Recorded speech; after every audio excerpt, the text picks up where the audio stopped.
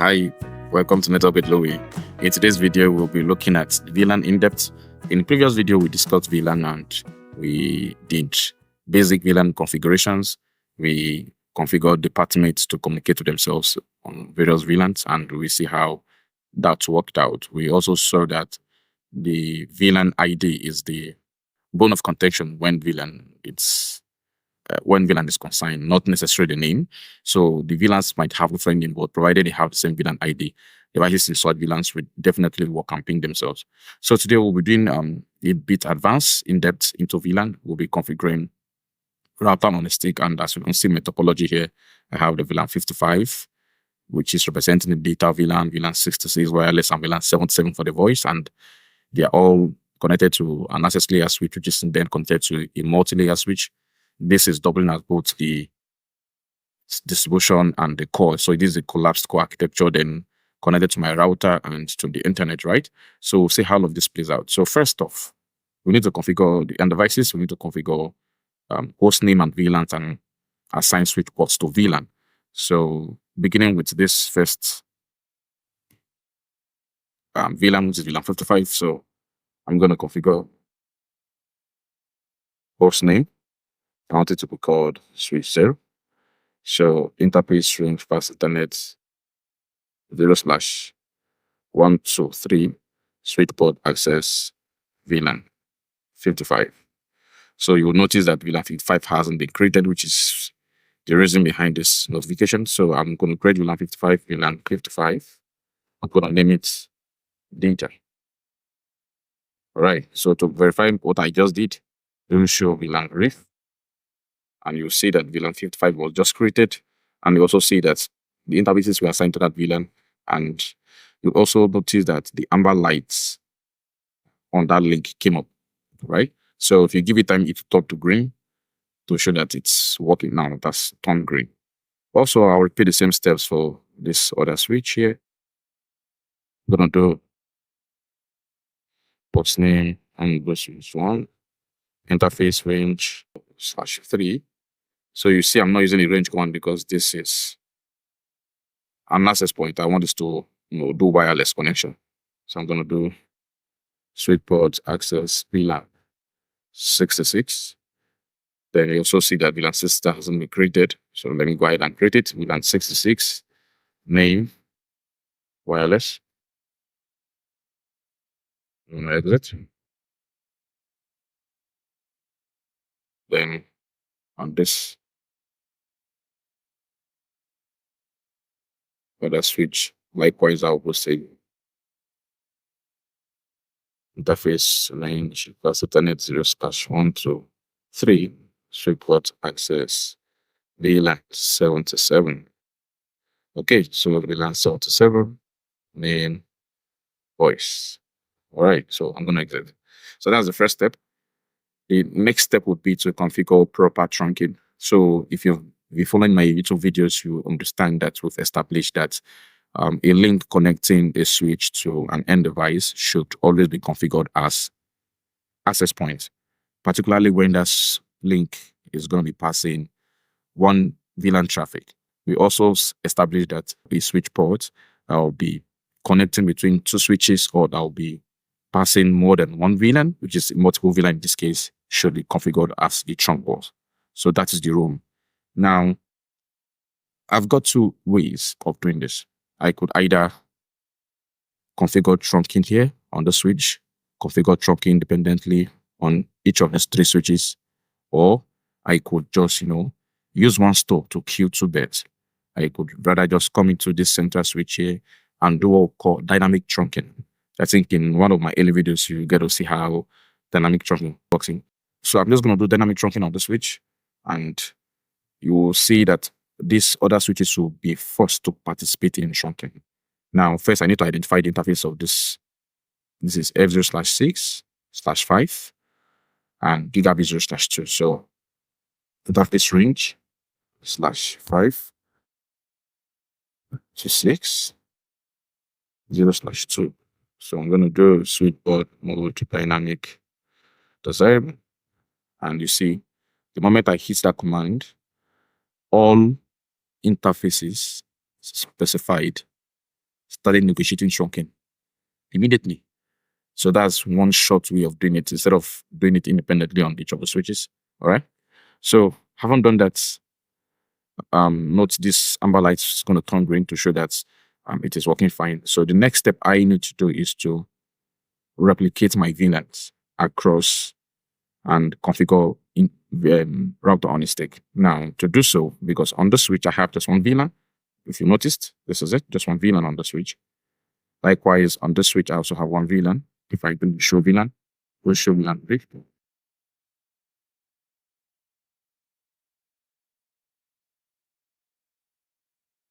We will show VLAN brief.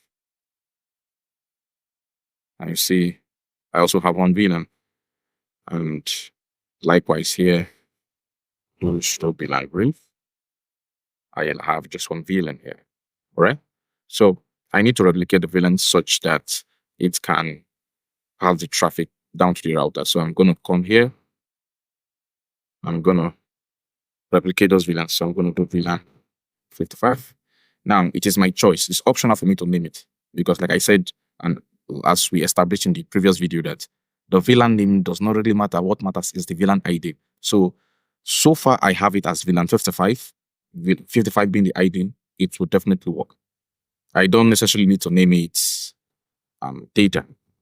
Okay, so I will also configure the VLAN for this part, which is VLAN 77. And now I don't want to name VLAN 77. And let's see if it works or not. So, but let's verify our integration using the show command to show VLAN brief. And you see, I have the three VLANs, 55, 66, and 77. All right. So the next step would be to configure the Cisco 9200 switch. Terminal, host. Now I need to configure trunking because the link connecting the switch to a router must be configured as a trunk. A router is an end device.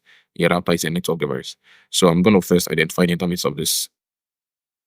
Okay, so this is interface G0/1 switch port or trunk. And you see I got a notification that I can't do trunking when the mode is in auto. So I'm just going to force it. Switch ports trunk encapsulation.1q switch ports mode trunk. And I've just configured that to be trunk. Right. So you notice that no notification was given because this link on the router is still in the shutdown mode. So in this topology, I don't want to configure the router from the router. I want to configure the router from the PC. All right. So I'm just going to take my console cable and I'm going to connect it to the PC, and I want to have an outbound outset into my router from my PC. So I'm just going to come to terminal and click OK. This should be set to no. Yes. Okay. So now I'm inside of my router. So I'm within the router CLI interface, then configure terminal. Now, within my router CLI, I need to identify the interfaces. Already I know this is gigabit 0/0/0 and this is gigabit 0/0/1. So in that phase gigabit 0/0/0, no shuts down.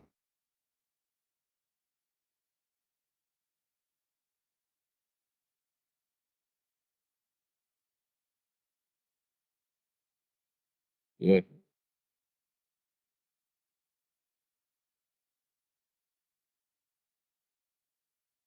Why is it not coming up?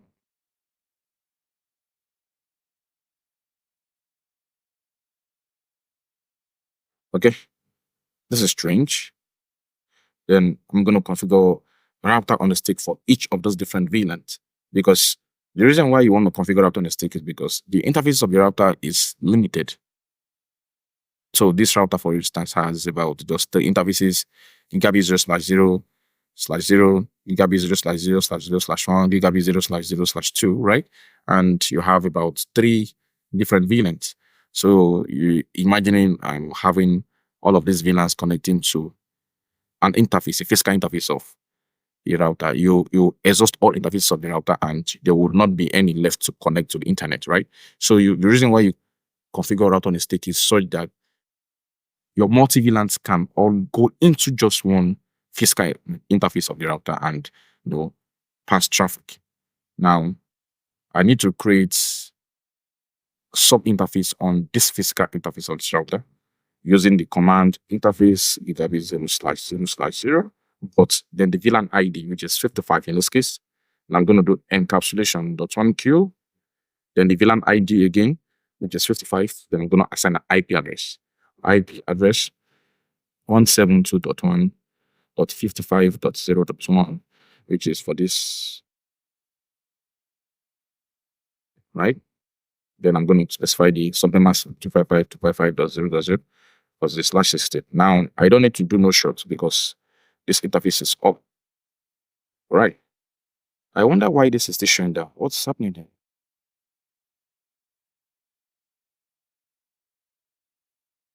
Yeah.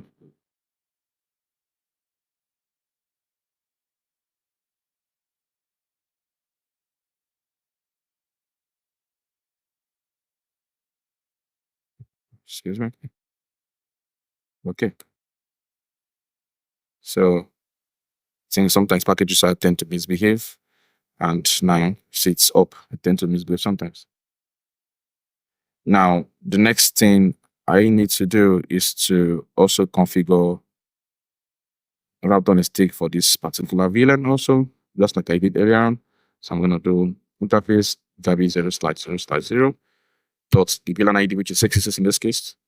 Then you see the first gen state holding. I'm going to do encapsulation dot 1q, then the VLAN ID again 66. Then I'm going to assign IP address, which is 172.66.0.1 255.255.0.0, because it's a /16, right? So I'm going to exit. And finally, I'm going to repeat the same command for this VLAN, which is the VLAN 7 to 7. All right. So I didn't know when I went into the router myself. So let me go back to my laptop. Interface database 0/0/0.7 encapsulation.1q VLAN ID 77, then IP address, which is 172.77.0.1 255.255.0.0. I'm gonna exit, right? Okay, so I've done that. Now, at this point, one other thing left is to configure DHCP server on this router, because I don't want to statically obtain IP addresses on my PC. I want the IP addressing to be done dynamically. So I'm just going to configure DHCP server on this router. And to do so, I'm still going to go back. Sorry. I'm going to go back into that interface again of the router via the console key and configure DHCP server. So IP DHCP pool, I want to specify for VLAN 55. So I'll use, let me see, data. Then I'll do network 172.55.0.0 255.0.0. Default router port 172.55.0.1. Exit. I'm going to repeat the same for VLAN 66. IP DHCP pool wireless network 172.60.0.0 255.255.0.0. Default router 172.60.0.1. Exit. And finally, for the voice VLAN, IP DHCP pool voice network 172.77.0.0 255.255.0.0. Default router 172.77.0.1. Perfect. So I'm going to exit right now. I'm going to save. All right. So I wonder that let's see if we can obtain IP address dynamically from this PC.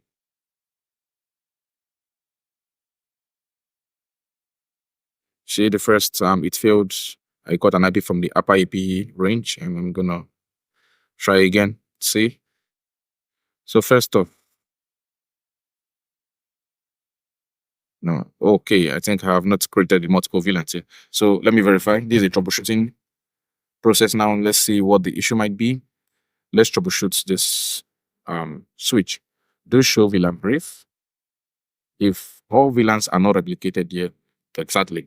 You see, so the VLANs we created here were not replicated here. So which is why they couldn't, obtain IP address dynamically. So I'm just going to repeat VLAN 55. Now I'm not going to name them. I don't want to name them. Okay, no, let me name them.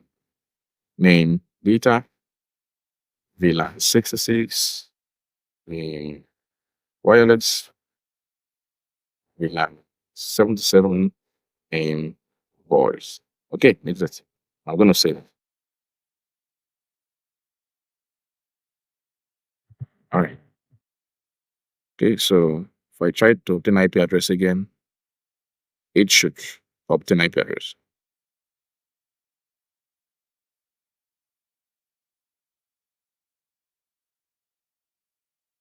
Oh, still failing.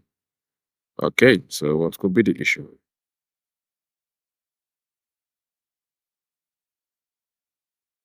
Okay, so what seems to be the problem now? Yeah, this has obtained. So I'm gonna see this. Okay, that's also obtained, right? So you see, in as much as it took time, but they definitely will obtain IP addresses. Now you also notice that they obtain IP addresses from their different VLAN range. So this is VLAN 55, and you see the IP address from the VLAN 55 range.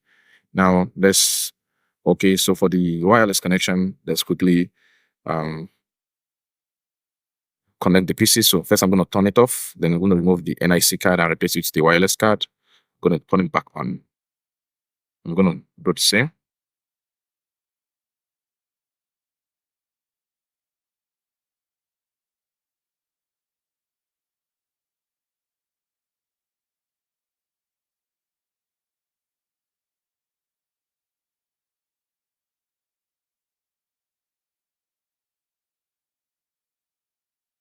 All right. So you also notice that the PCs have been connected wirelessly to the app access point, and they've obtained an IP address from the 172.66.0 range. See how it's working. So different VLANs all obtaining, PCs on different VLANs are obtaining their IP addresses, and now we need to confirm if they could actually ping, because that would be the major thing. If they cannot ping, then all of this which we've done so far, it's a waste of time. So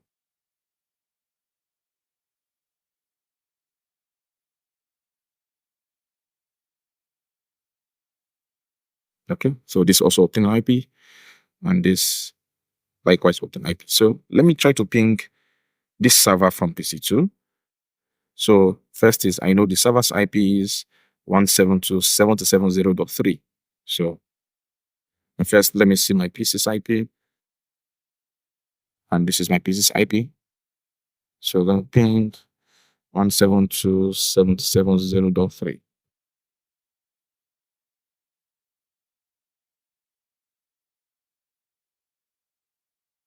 And you can see I can ping. So they're on different VLANs, but they are pinging themselves right now, right? So this is it. And I can ping both the printer. So for example, the printer's IP is 172.770.2. So let me ping from PC1. First, let me see PC1's IP. Okay, so this is it. Then let me ping 172.77.0.2.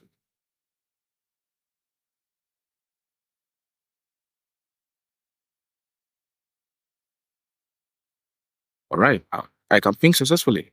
So that's basically it. So at this point, locally within the LAN, devices are able to ping and communicate with themselves, but they can't go out to the internet because right now the link connecting the router to the internet is currently down. So I'm just gonna configure that link. Sorry.